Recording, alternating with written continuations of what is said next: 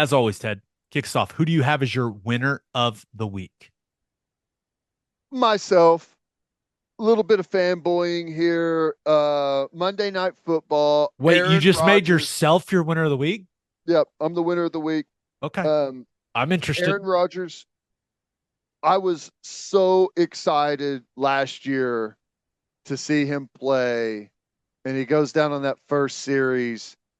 Um, that was frustrating. So, round two, here we go. I know they lost the football game, but Aaron Rodgers still incredibly fun to watch. What some of the throws he made, just incredible stuff. He still got it. Can he stay healthy for an entire season?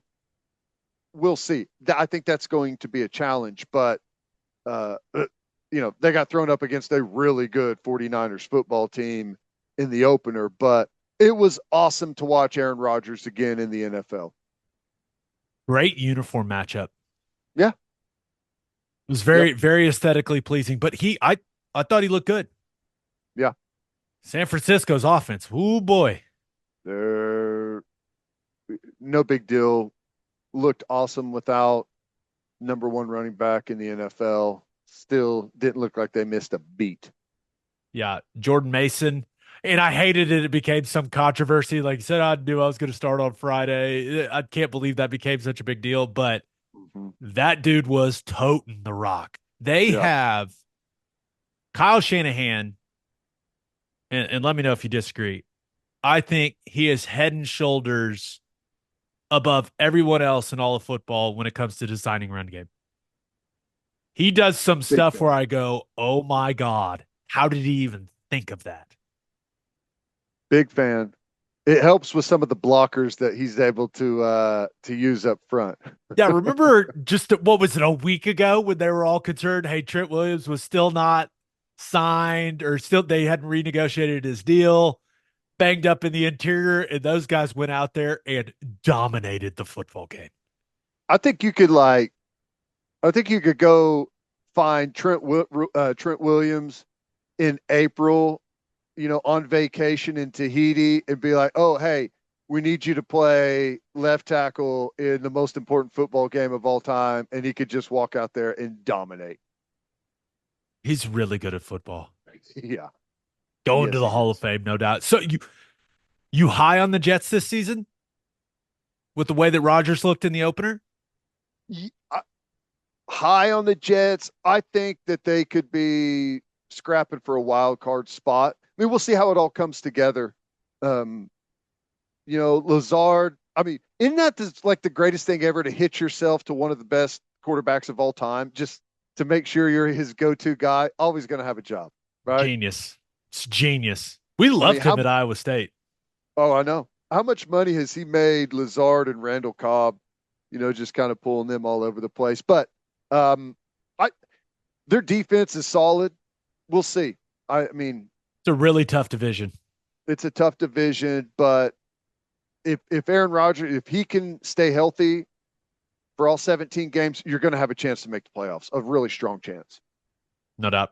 All right. Who do you have as your loser of the week? I had to go with Oklahoma State. They got the win over Arkansas, shockingly. Right? Did you see the stat about teams that have been outgained by that much were like 338 and one, or it's happened like 338 times, and they were like 337 and one now after that game with Arkansas. It's just They crazy, they got outgained like 263 yards. crazy, crazy. Won the But football game. Hey, that's all that matters. that's all that matters. That's all that matters. Um, but they lost Collin Oliver, Mm. foot injury, and they said over a month that he's going to be out. I don't know exactly what it is. Midfoot sprain, something like that. Maybe an injury to the tendon on the bottom of the foot. I don't know what it is, but I think they're also down at backer a little bit. So not a good time right now to be because they've got a really difficult schedule as well. They've got Tulsa this week, which uh the Fighting Kevin Wilsons, they're not going to go down lightly, but that you feel good about that Right. game. But then their next two after that, Utah comes to Stillwater and Utah looks legit. Mm-hmm. And then they go to Manhattan to take on Kansas State. Yeah, it's going to be tough. It's not a good month to be missing Collin Oliver. So they're going to be fighting through that. And, the defense expected to be a bit of a liability coming into the season. Offense was going to be really where they hang their hat. But, it's been tough getting Ollie Gordon going so far, which I guess was the case last season as well. But I don't know. They've got a difficult road ahead. Gave up 232 yards rushing to Arkansas and won the football game. I Some of the chunk plays that they gave up in that football game have to be alarming. And now you take one of your best players, and Collin Oliver's an interesting player. I think with the way that they move him around, it can make it challenging on an offense, like how to treat him. Yeah. And you remove that piece, even though, did you see the guy that replaced him? The Well, Ezigbo guy? no, look I mean, good. that dude absolutely racked up. He had, I think, 3.5 TFLs and 2 sacks Hey, and 9 tackles. And he was at Gannon University with Nardo, I believe. Guy came from nowhere. He's like 6'2", 245, looks incredible. I was like, who the hell is this guy? Dude was flying around. is it going to be another one of those? Why hasn't this guy been playing? Yes. That's who That's is this Oklahoma guy? State's specialty. Someone comes out of nowhere about 2 or 3 games into the season and has just an incredible season. That'd be nice. They're going to need that defensively. Yeah, but I'm bummed for Collin Oliver. That's a Yep, big loss for Oklahoma State with it two is. massive conference games coming up. All right, let's get to my winner and loser. But first, dips out, people. It's out. Nicotine patches have taken over. Pouches. Did I say patches? Let's try that again. Dips out, people. Nicotine pouches Yes. have taken over. Pouches. And we know we've got some pouch users that listen to this podcast, which is why we'd like to introduce you to Lucy. Go to lucy.co. That's lucy.co and use promo code breakdown at checkout for 20% off your first order. That's lucy.co and use promo code breakdown. Lucy's pouches come in a variety of strengths from 4 milligrams. That's the ones I use out on the golf course. But I know some of you want to use the ones that are 12 milligrams because you're probably a little more hardcore than I am.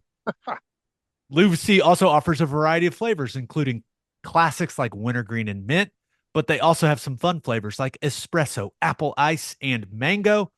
Also, if pouches aren't your thing, Lucy's got gum as well. So why Lucy instead of Zen? It's simple. Lucy delivers to your house. You can even set up a subscription to get your favorites delivered every 30 days. Go to lucy.co and use promo code breakdown for 20% off your first order. Lucy products are for adults of legal age, and every order is age verified. Warning: this product contains nicotine. Nicotine is an addictive chemical. Opolis And Reed. head, You've head got to Opolis. Opolis We're coming off Clothing. the rails. Oh my gosh. Head to opolisclothing.com for our podcast merchandise and the best OU gear out there. That's OPOLIS clothing.com. Use promo code TED, TED for 10% off. That's opolisclothing.com. Use promo code TED for 10% off. Buttery soft and 10% off. My winner of the week, and this is going to sound strange, Billy Napier, head Uh-huh. coach of the Florida Gators. Follow me on this one. Could Okay. be a bit of a long walk.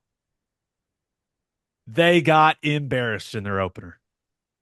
I mean, Miami went to the swamp and smacked them around. I'm not sure if it was rock bottom for the program, but it was a miserable existence for Florida. Mm-hmm.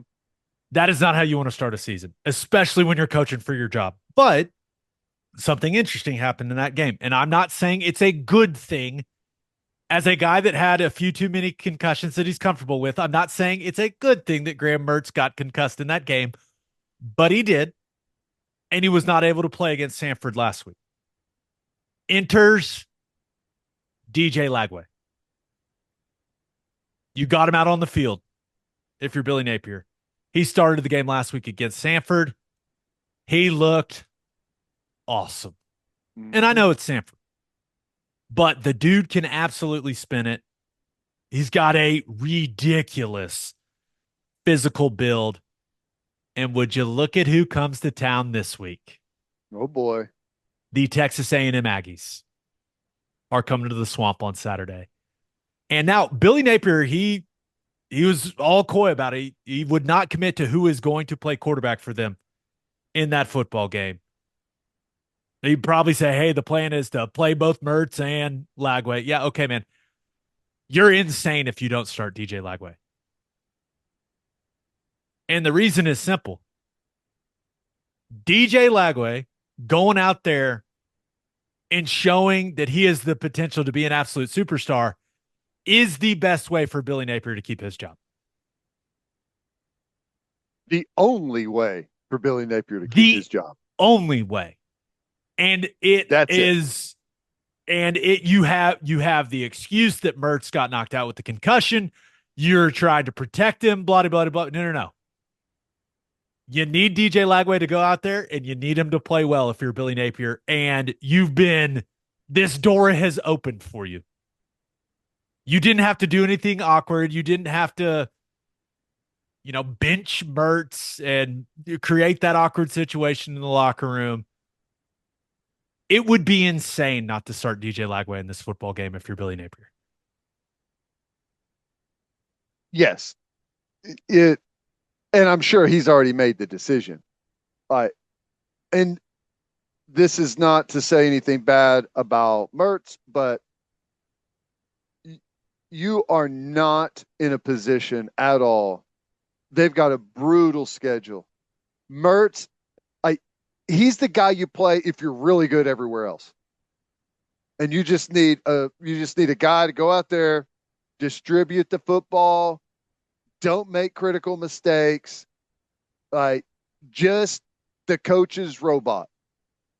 They are not that good everywhere else. They've got a brutal schedule. You've got Lagway is the equalizer.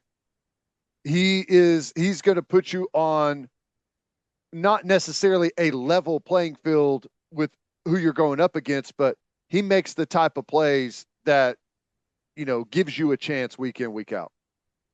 Texas A&M is this just tells you kind of where Florida's at as a program is a 4-point favorite in that football game.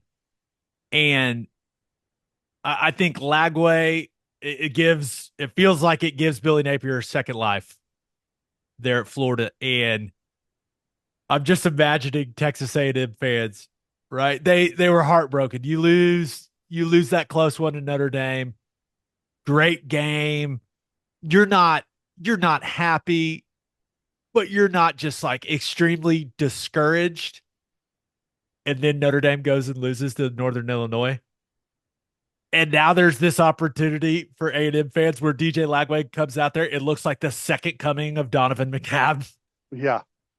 I it just it could create quite an interesting situation for people that root for the Aggies. Yeah. I mean, he's got a chance to be one of the big stories in college football. Mertz ain't going to be a big story in college football. Again, sorry to Graham Mertz. I mean, there's a place for quarterbacks that play like him, but Lagway is.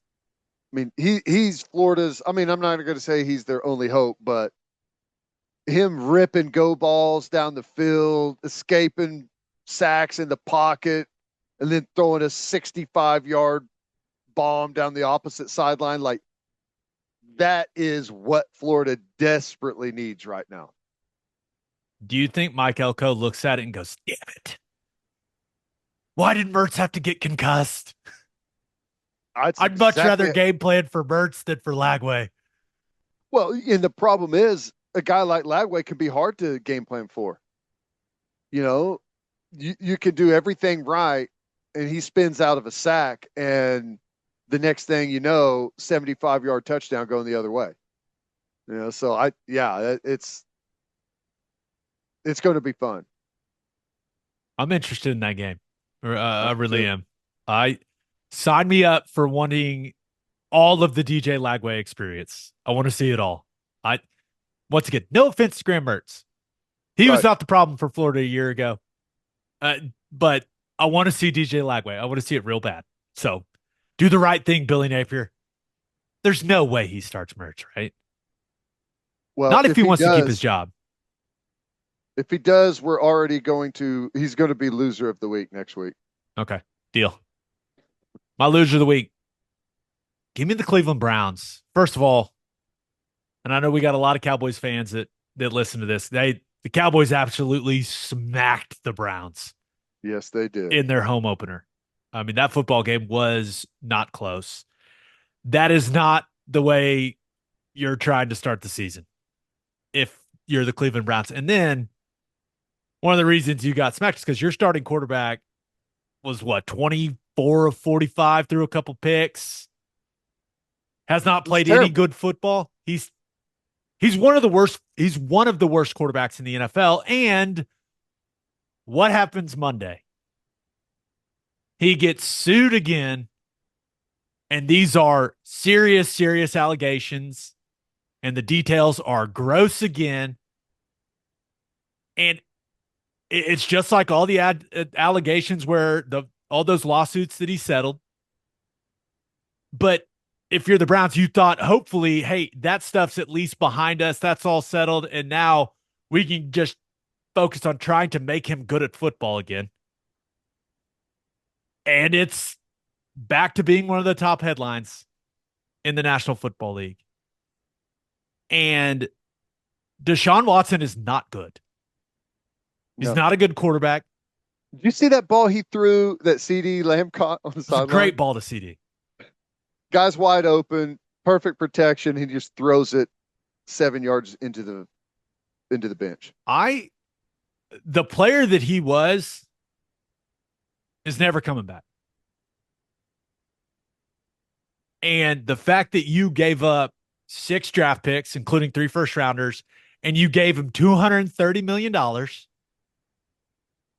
and you've gotten, I think I read 13 games from him. Remember, suspension, injury. He's played 13 games, and he sucked in those games. And then that doesn't even factor in the negativity that it has brought your franchise. Yep. I feel like Deshaun Watson, it's just this. And I played for the Browns twice. I typically root for the teams that employed me at some point in time when I'm watching NFL football. It's an easy way to do it. But as long as Deshaun Watson is the quarterback for the Cleveland Browns, they are the easiest team to root against in all of sports for me. That's kind of where I'm at with it. And that contract, like that, what you want to call it, a trade or roster move, whatever you want to call it,